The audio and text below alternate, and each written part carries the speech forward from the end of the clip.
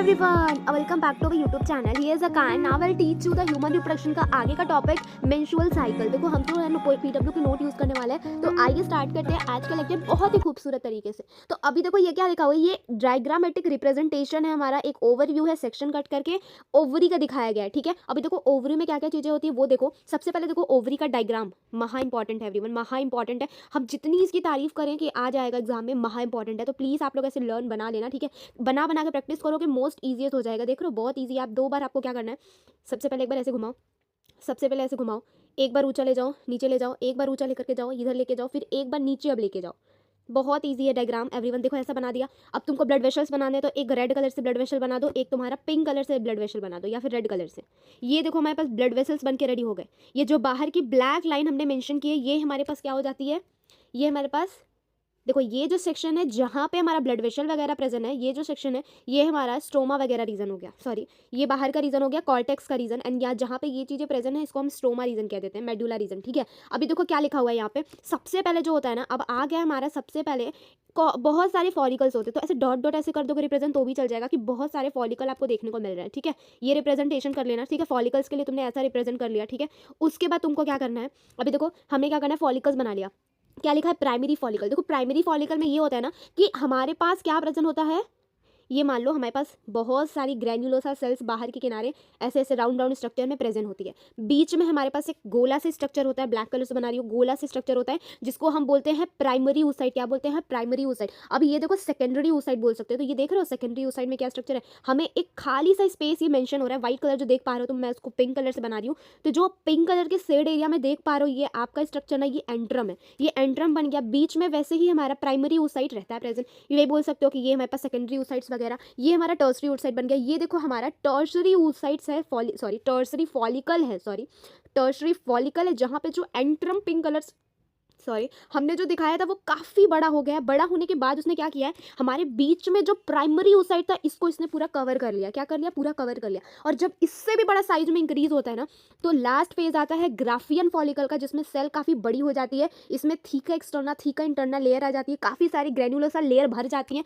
साथ में एंट्रम इतना बड़ा हो जाता है ना कि पूरे बीच में जो प्राइमरी oocyte होता है उसको कवर करके वो अब कन्वर्ट हो जाता है सेकेंडरी oocyte में। तो जब ग्राफिकन फॉलिकल आता है ना, तो इसके अंदर में हमारा सेकेंडरी oocyte रहता है। ठीक है, अब क्या होता है, ओव्यूलेशन का टाइम आता है। ओव्यूलेशन का मतलब होता है अब जो बीच का जो कि एंट्रम ने जिसको कवर किया था उसको अभी टूटने या फिर फोड़ने का वक्त आ गया, तो वो बर्स्ट कर जाएगा। बर्स्ट करके देख रहे हो, बर्स्ट करके इसके जो अंदर का सेकेंडरी oocyte है ये बाहर आ गया। ठीक है, सेकेंडरी oocyte बाहर आ गया।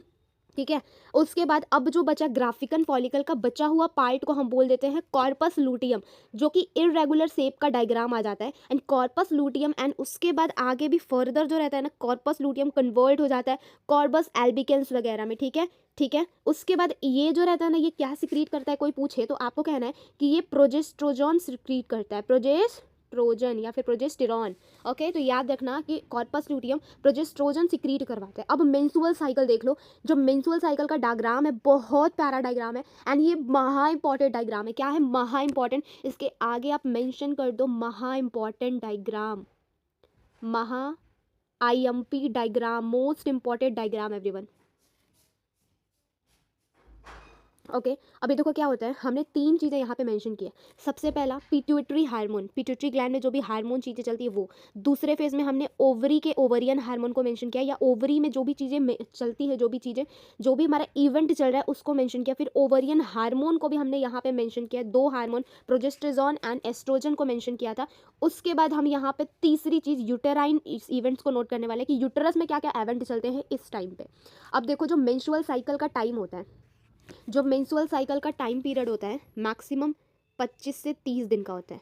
ठीक है, अब ये जो है ना हर वुमेन में बदलता रहता है, हर वुमेन में बदलता रहता है। ठीक है, ठीक है, ठीक है, अभी देखो हम डायग्राम बनाने वाले हैं, तो डायग्राम को अच्छे से समझ लो। सबसे पहला हमारा क्या रहेगा, सबसे पहला हम देखने वाले हैं क्या चलता है हमारा, हम हर डायग्राम अलग अलग बना रहे हैं। सबसे पहला पिट्यूटरी हार्मोन में देखेंगे, पिट्यूटरी हार्मोन देखेंगे। नहीं, सबसे पहले हम नीचे से स्टार्ट करते हैं एवरीवन, एवेंट्स देखते हैं। ठीक है, एवेंट्स हम ऊपर ही समझा देते हैं सबसे पहली बात, उसके बाद अच्छे से समझ में आएगा। सबसे पहला देखो ये है, इतनी चीज़ें मेंशन है। ओके, नाउ अंडरस्टैंड कि हमने 3-4 इवेंट्स देखे। सबसे पहला देखो ऐसा होता है, यहाँ पे फर्स्ट डे लिखा हुआ है, फर्स्ट डे से लेकर के 28 डेज तक का मेंस्ट्रुअल साइकिल होता है, 28 टू 30 डेज मैंने बताया। तो ये हो गया एक इवेंट, ठीक है। हमारा फर्स्ट डे से 28 डेज तक मेंस्ट्रुअल साइकिल परफॉर्म होता है, ठीक है, ये समझ लिया। अब देखो देखो जो पहले से 5वां दिन का टाइम होता है, सबसे पहले अब चीज़ें बहुत इंपॉर्टेंट है तो गौर से सुनते जाओ। सबसे पहले से 5वें दिन का टाइम पीरियड देखो, इसको मेंस्ट्रुएशन फेज कहते हैं। मेंस्ट्रुएशन फेज यानी कि ब्लीडिंग का फेज बोला जाता है, जहाँ पे ब्लड का फ्लो होता है। ये देख रहे हो ब्लड फ्लो कर रहा है, ये ब्लड फ्लो कर रहा है। मतलब जो भी तुम्हारा पीरियड्स आते हैं ना, उन 1 से 5 दिन या 3 से 5 दिन को मेंस्ट्रुअल साइकिल कहते हैं, मेंस्ट्रुअल फेज कहते हैं, जहाँ पे आपकी ब्लीडिंग होती है। समझ गए।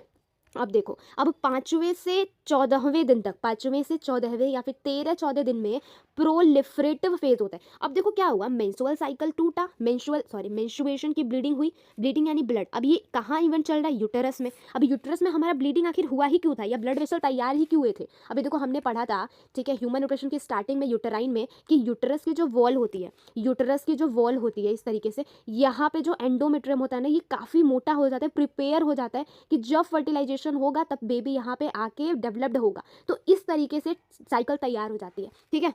यानी कि ये जो एंडोमेट्रियम की लाइनिंग है ना, ये काफ़ी मोटी हो जाती है, काफ़ी ब्लड वेसल्स आकर के जुड़ जाते हैं, ताकि यहाँ पे जब बेबी आए हो ना, बेबी आके यहाँ पे स्टे करे, यहाँ पे बेबी स्टे करे एंड डेवलपमेंट हो उसका। लेकिन आफ्टर मेंस्ट्रुएशन कुछ ऐसा नहीं होता। मेंसेस हो चुके हैं, 1 महीना बीत चुका है, कोई भी स्पर्म एंट्री नहीं किया और यहाँ पे बेबी फर्टिलाइजेशन के बाद नहीं आया, तो अब बेचारे यूट्रस क्या करते हैं, अब भाई यूट्रस रोने लगते हैं, लिटरली रोने लगते हैं खून के आंसू। क्यों मैं ऐसा बोल रही हूँ, क्योंकि जैसे ही बेबी वहाँ पे नहीं आता है, after 5 days menstruation, 1 to 5 days जैसे ही होता है, ये जो आपको ब्लीडिंग दिख रही है, ये जो भी चीज़ें आपकी मेंशन हुई है या फिर जो यूट्रस की वॉल तैयार हुई थी, धीरे धीरे करके टूटने लगती है, एंड टूट के विजाइना के थ्रू पास आउट कर जाती है। यहाँ पे सब आ जाते हैं। अब ये जो 1 से 5 दिन का ये हमारा टाइम है ना, ये यही टाइम है जहाँ पर ये ब्लीडिंग नीचे गिर रही है, मतलब मेंसेस के रूप में, ब्लड के रूप में बाहर आ रही है। अब ये मान लो टूट गई हमारी वॉल, एंड टूटने के बाद क्या हुआ, ये वॉल वापस से क्या हुई, अपने फेज में आ गई, ऐसे हो गई, ठीक है। अब ये वापस से ऐसे हो गई, लेकिन अब वापस इसको फिर से वैसा बनने के लिए, ठीक है, वापस इसको मोटा होने के लिए, ताकि फिर से वापस से दूसरे मंथ में वेट करे स्पर्म के एंट्री का, इसको फिर से वापस से वैसे ही बनना पड़ेगा। इसके लिए यहाँ पे टाइमिंग दी गई है, 5वें दिन से लेकर के 14 डेज तक प्रोलिफरेटिव होता है, मतलब धीरे धीरे हमारा जो भी वॉल है ये जुड़ने लगता है, जुड़ के जो वॉल है वापस से बनने लगता है, वैसे ही मोटा होने लगता है, फिर से दूसरे महीने में वेट करने के लिए। तो ये देखो धीरे धीरे बनना स्टार्ट हो रहा है, ये बन गया, ठीक है। अब 13वें से 14वें दिन के बाद हमारा जब 14 से लेकर के 28 डेज का टाइम आता है, यहाँ पे ये प्रेजेंट हो जाती है हमारे पास सेक्रेटरी फेज का मतलब होता है यूट्रस की वॉल बहुत सारी चीज़ें सिक्रीट आउट करती है, जिसके थ्रू क्या होता है, ये वॉल एकदम अच्छे से मोटी ताजी एकदम हो जाती है। अब ये रेडी होती है कि कभी भी फर्टिलाइजेशन हो, यहाँ बेबी आके स्टे हो, मैं उसका न्यूट्रिशन दूँ, ठीक है। ये कुछ इस तरीके से रेडी हो गई। बस ये एक चीज़ तुमने समझ ली, एकदम समझ ली, अच्छे से समझ ली। सबसे पहले क्या हुआ, यूट्रस में सबसे पहला इवेंट मेंसेस का इवेंट होता है, जहाँ पे मेंस्ट्रुअल जो ब्लड होता है गिरता है, गिरने के बाद वापस से वॉल को जुड़ना होता है, इसलिए फटाफट से प्रोलिफरेटिव होता है, नाम समझो प्रोलिफरेटिव, मतलब फिर से वापस से कोई चीज़ बन रही है, ये बनना शुरू है पूरे अच्छे तरीके से तब बना जब यूट्रस की वॉल ने इसको हेल्प की, बहुत सारे सिक्रीशन दिया। तो इस फेज का नाम क्या हो गया, सेक्रेटरी फेज। समझ में आई बात, समझ में इतनी बात आ गई। अब देखो, अब हम पढ़ने वाले दूसरा ओवरियन हार्मोन। ओवरी में क्या क्या चीज़ें हो रही हैं वो देखते हैं। जब हमारा मेंस्ट्रुअल ब्लीडिंग हो रहा था उस टाइम पे फॉलिकल्स रेडी थे, ठीक है, ओवरी में फॉलिकल्स रेडी थे। अब यहाँ पे फॉलिकुलर स्टिमुलेटिंग हार्मोन रिलीज हुआ एंड प्राइमरी फॉलिकल कन्वर्ट होकर बन गई सेकेंडरी फॉलिकल, फिर से फॉलिकुलर स्टिमुलेटिंग हार्मोन रिलीज हुआ, प्राइमरी फॉलिकल सेकेंडरी में, सेकेंडरी फॉलिकल टर्शरी में, एंट्रम का फॉर्मेशन हुआ, टर्शरी फॉलिकल फिर ग्राफिकन फॉलिकल्स में कन्वर्ट हो गई। ये टाइम पीरियड कब के कब तक का है, 1 से लेकर के 14 या 13 डेज तक क्या क्या चीज़ें हो रही हैं, प्राइमरी फॉलिकल से ग्राफिकन फॉलिकल्स तक क्या रेडी हो रही है हमारी फॉलिकल। अब जैसे ही 14 डेज आया, ग्राफिकन फॉलिकल टूट गया एंड ऊपर बाहर से हमारा, इस टूटने को ही हम ओव्यूलेशन टर्म देते हैं, टूट गया, ग्राफिकन फॉलिकल्स रप्चर हो गया, इसी को हम ओव्यूलेशन कहते हैं। अब ये टूटा किसकी वजह से, एलएच हार्मोन। जब फॉलिकल बदल रहे थे मतलब प्राइमरी से सेकेंडरी, सेकेंडरी से टर्सरी, ये सब जब हो रहा था तो ये फॉलिकुलर स्टिमुलेटिंग हार्मोन की वजह से हो रहा था। लेकिन ग्राफिकन फॉलिकल का टूटना ल्यूटिनाइजिंग हार्मोन की वजह से हुआ। ओके, इतनी बात क्लियर है? क्लियर है। अब देखो सेकंड चीज, अब जो primary follicle, secondary follicle, tertiary follicle बने हैं ना, ये सिक्रीट भी कुछ हार्मोन को करते हैं जिसका नाम है एस्ट्रोजन। अब ये हार्मोन जब सिक्रीट हो रहा है तो अभी देखो धीरे धीरे धीरे धीरे करके सिक्रीट हो रहा है, लेकिन जैसे ही हमारा ग्राफिकन फॉलिकल टूट गया तो ये ज़्यादा अमाउंट में सिक्रीट हो गया, एंड उसके बाद फिर से जब टूटने के बाद नॉर्मल फेज में आ गया तो धीरे धीरे धीरे करने लगा, फिर से वापस तेजी से बढ़ा। आखिर ये तेजी से क्यों बढ़ा, आगे देखते हैं। हमारा जब यहाँ पे टूट गया ग्राफिकन फॉलिकल्स तो बचे हुए पार्ट जो है कॉर्पस ल्यूटियम में कन्वर्ट हो गया, एंड कॉर्पस ल्यूटियम कन्वर्ट हो गया कॉर्पस एल्बिगेंस में। एक चीज यहाँ देखो, जो कॉर्पस ल्यूटियम होता है कुछ अमाउंट में एस्ट्रोजन को रिलीज करवाता है, बहुत सारे अमाउंट में प्रोजेस्ट्रोजन को रिलीज करवाता है। ये चीज समझ में आई?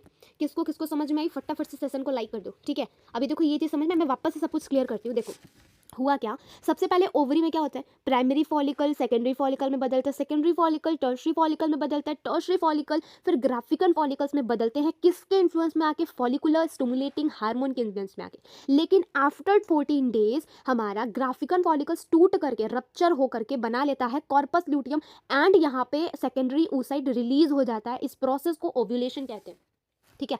अभी जो हमारे फॉलिकल बन रहे थे ना, ये कुछ हार्मोन को सिक्रीट करते हैं जिसका नाम है एस्ट्रोजन।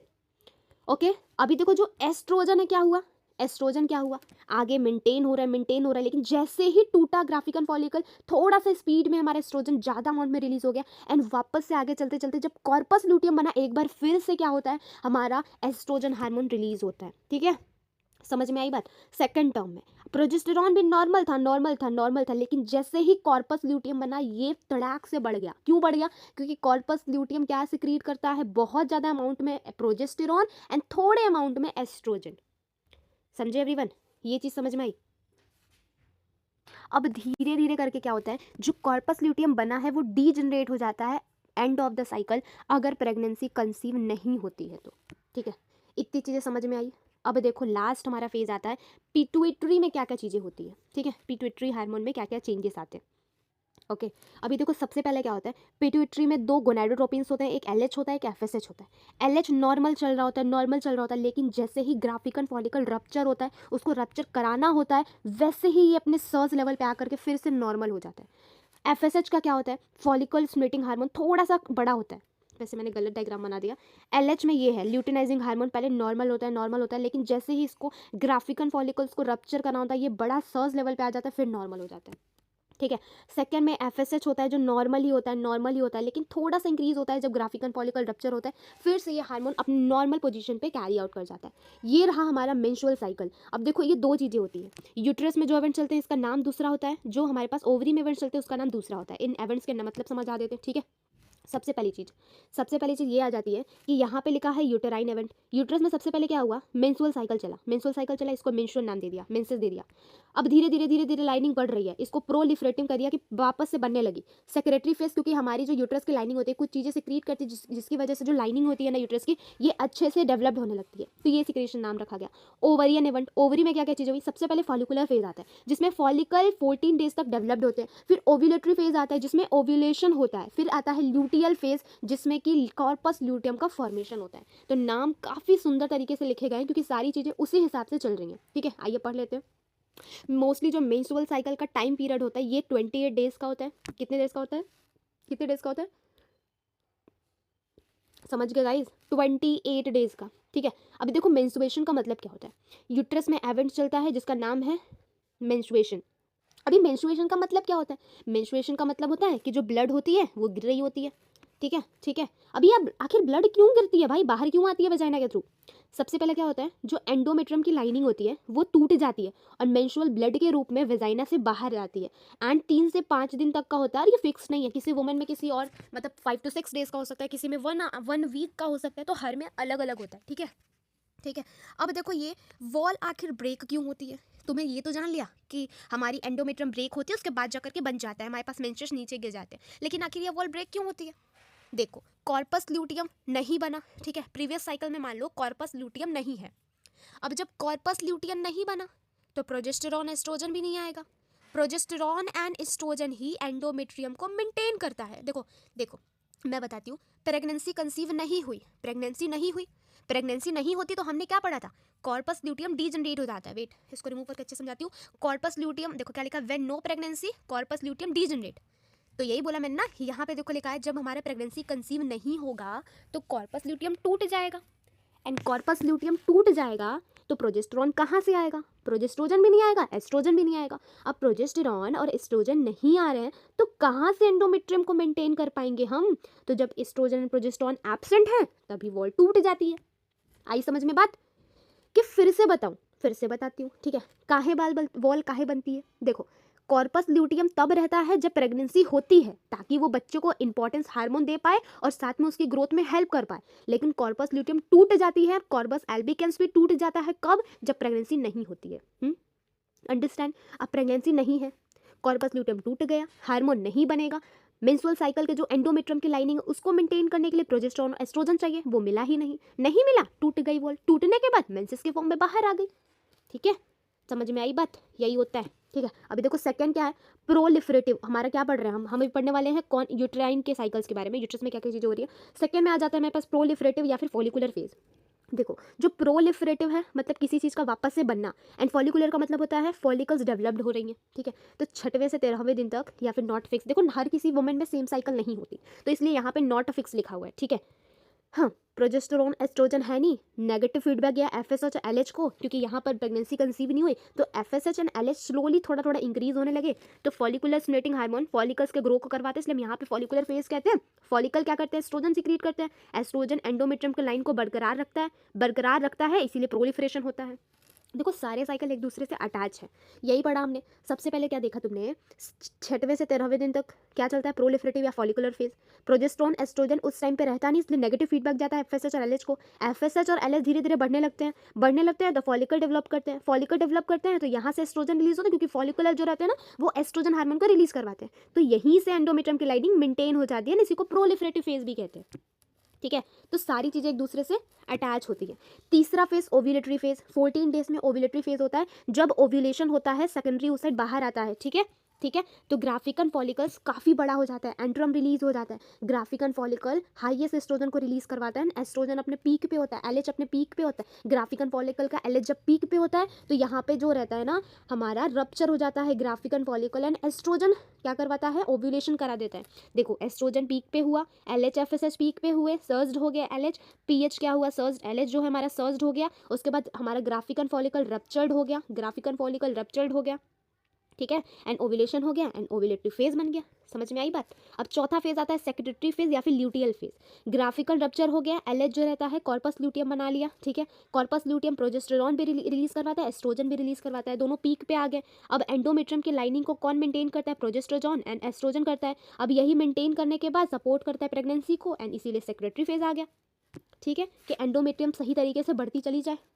ठीक है, अब नोट देखो, ल्यूटिनाइजिंग हार्मोन जो रहता है ना वो किसको मेंटेन करता है, FS luteinizing hormone make and maintain corpus luteum. ठीक है, लेकिन जो कॉर्पस ल्यूटियम होता है वो प्रोजेस्टेरॉन एंड एस्ट्रोजन सिक्रीट करवाता है, लेकिन नेगेटिव फीडबैक देता है एफएसएच को, एलएच को एंड गोनाडोट्रोपिन रिलीजिंग हार्मोन को। ठीक है, एलएच नहीं रहा ना कॉर्पस ल्यूटियम रहा, एंडोमेट्रियम ब्रेक हो गई, न्यू साइकिल स्टार्ट हो गई। याद रखना ये चीज़। ओके, कॉर्पस ल्यूटियम क्या रहता है, कॉर्पस ल्यूटियम क्या रहता है, कब बनता है, 14 डेज का, फिक्स तो नहीं होता।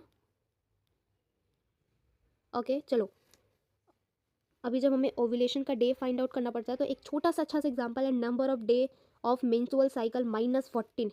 ठीक है, या ये याद कर सकते हो M-14 अगर हमें ओव्यूलेशन फाइंड आउट करना है। ठीक है, वही चीज़ है, समझ गए। प्रेगनेंसी के टाइम पे, ड्यूरिंग प्रेगनेंसी जितने भी इवेंट्स होते हैं मेंस्ट्रुअल साइकिल के वो रुक जाते हैं। क्या होता है, वो रुक जाते हैं। ठीक है, लैक ऑफ मेंस्ट्रुएशन की वजह से इंडिकेट करता है कि प्रेगनेंसी आ गई, लेकिन हर बार ऐसा नहीं होता, कभी कभी ऐसा भी होता है हेल्थ इशूज़ की वजह से, स्ट्रेस की वजह से भी मेंस्ट्रुअल साइकिल नहीं आते हैं। लेकिन तीसरी चीज़ है, प्रोजेस्टेरॉन जब अपने पीक लेवल पे होता है तो हम ये बोल सकते हैं ओव्यूलेशन के बाद कि हमारा क्या हो चुका है, हमारे पास क्या आ चुका है, कॉर्पस ल्यूटियम आ चुका है। एस्ट्रोजन जब पीक लेवल पे होता है, देखो प्रोजेस्टेरॉन कितने बार अपने पीक लेवल पे जाता है, एक बार, कब, ओव्यूलेशन के बाद जब कॉर्पस ल्यूटियम बनता है। एस्ट्रोजन कितनी बार अपने पीक लेवल पे जाता है, 2 बार, कब, जब फॉलिकल बनता है तब, एंड सेकंड टाइम में जब कॉर्पस ल्यूटियम बनता है तब। ठीक है, अब देखो ये पढ़ लो, what is menstrual cycle. Important है, एनसीईआरटी की लाइन इंपॉर्टेंट होती है एवरीवन, ठीक है। तो आइए पढ़ते।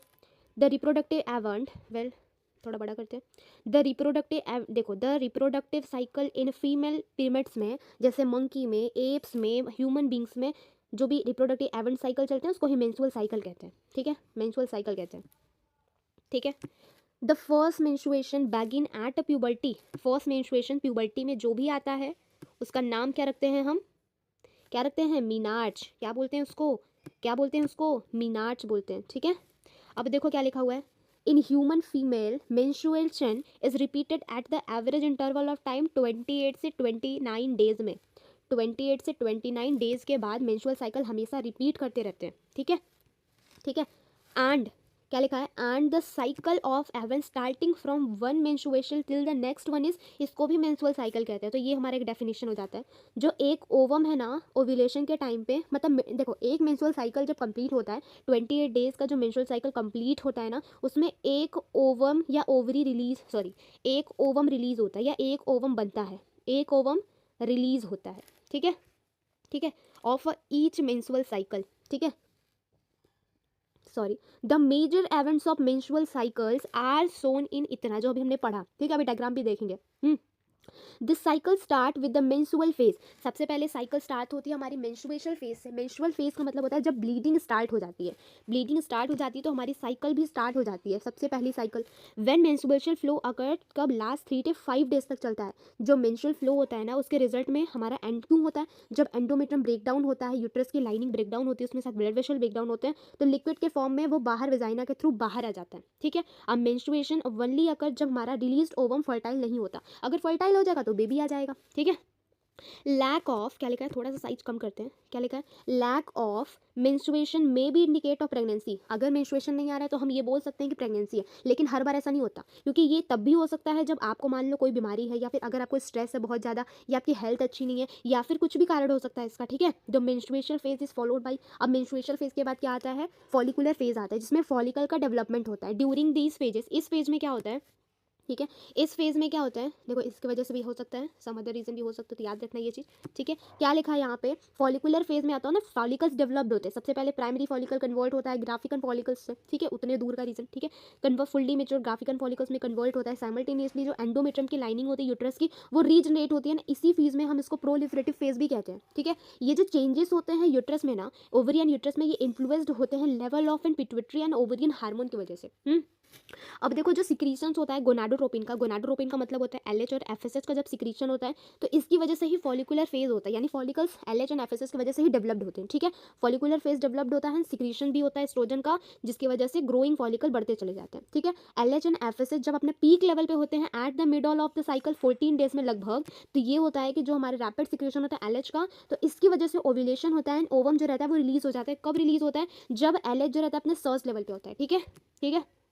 इसको हम ओव्यूलेटरी फेज या ओव्यूलेशन कहते हैं, ठीक है। इसके बाद ल्यूटियल फेज आता है, जिसमें कि जो ग्राफिकन फॉलिकल टूट गया उससे बचे हुए जो रिमेनिंग पार्ट्स होते हैं वो ग्राफिकन फॉलिकल्स का, वो कॉर्पस ल्यूटियम में कन्वर्ट हो जाते हैं, ठीक है। अब कॉर्पस ल्यूटियम सिक्रीट करता है लार्ज अमाउंट में प्रोजेस्टेरोन, ठीक है, जो इसेंशियल होता है प्रेगनेंसी को मेंटेन करने के लिए, क्योंकि यहाँ पर प्रेगनेंसी को मेंटेन कैसे कर पाएगा, क्योंकि प्रोजेस्टेरोन करेगा, प्रोजेस्टेरोन करेगा तो इसका मतलब होता है कि जो एंडोमेट्रियम है उसको मेंटेन करता रहेगा, ठीक है, क्योंकि एंडोमेट्रियम बहुत नेसेसरी होती है इम्प्लांटेशन के लिए एंड फर्टिलाइजेशन ओवम के लिए।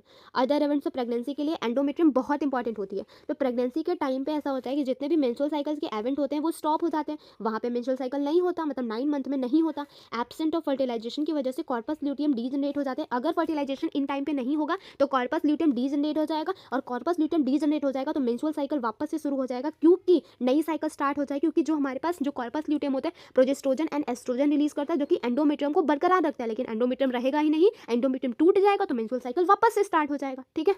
अब क्या लिखा है, menstrual cycle ceased around 50 year, 50 साल की औरतों में बोल सकते हैं मेंस्ट्रुअल साइकिल रुक जाता है, एंड इस टर्म को हम मीनोपॉज कहते हैं। क्या कहते हैं, इस टर्म को मीनोपॉज कहते हैं। साइक्लिक मेंस्ट्रुअल साइकिल इंडिकेट करता है नॉर्मल रिप्रोडक्टिव फेज में, जहाँ पे मेंस्ट्रुअल मीनार्च एंड मीनोपॉज के बीच के डिफरेंस को हम यही कहते हैं, ठीक है।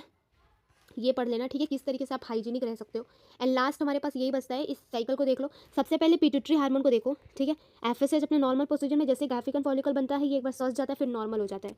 सेकंड फेज हमारे पास आ जाती है एलएच का, एलएच अपना नॉर्मल पोजीशन में होता है, लेकिन जैसे ग्राफिकन फॉलिकल्स को रिलीज होना पड़ता है कि अपने सॉस लेवल पे चला जाता है, ठीक है। ओवरी में क्या क्या होता है, सबसे पहले फॉलिकल का डेवलपमेंट होता है, जैसे ही ग्राफिकन फॉलिकल टूट जाते हैं सेकेंडरी फॉलिकल रिलीज हो जाती है यानी ओव्यूलेशन हो जाता है, वैसे ही बचे हुए पार्ट जो ग्राफिकन फॉलिकल्स होते हैं कॉर्पस ल्यूटेम में कन्वर्ट हो जाते हैं, कॉर्पस ल्यूटेम कॉर्पल एल्बिकन्स में कन्वर्ट हो जाते हैं। ये प्रोजेस्टेरॉन को रिलीज करवाता है। ये जो जितने फॉलिकल्स आपको दिख रहे हैं ना, ये एस्ट्रोजन को रिलीज कराते हैं, इसलिए एस्ट्रोजन नॉर्मल फेज में होता है। वैसे ग्राफिकन फॉलिकल टूटता है, वैसे 2 बार में हमारी एस्ट्रोजन जो रहती है अपने सॉस लेवल पे जाती है। कैसे जाती है 2 बार में, क्योंकि एक बार जो रहते हैं ना ये सारे फॉलिकल एस्ट्रोजन रिलीज करवाते हैं, तो ये एक बार सॉस जाती है। सेकंड टाइम में जो हमारे पास कॉर्पस ल्यूटियम है ये रिलीज करवाता है, तो सेकंड टाइम में ये अपनी सॉस लेवल पे जाती है।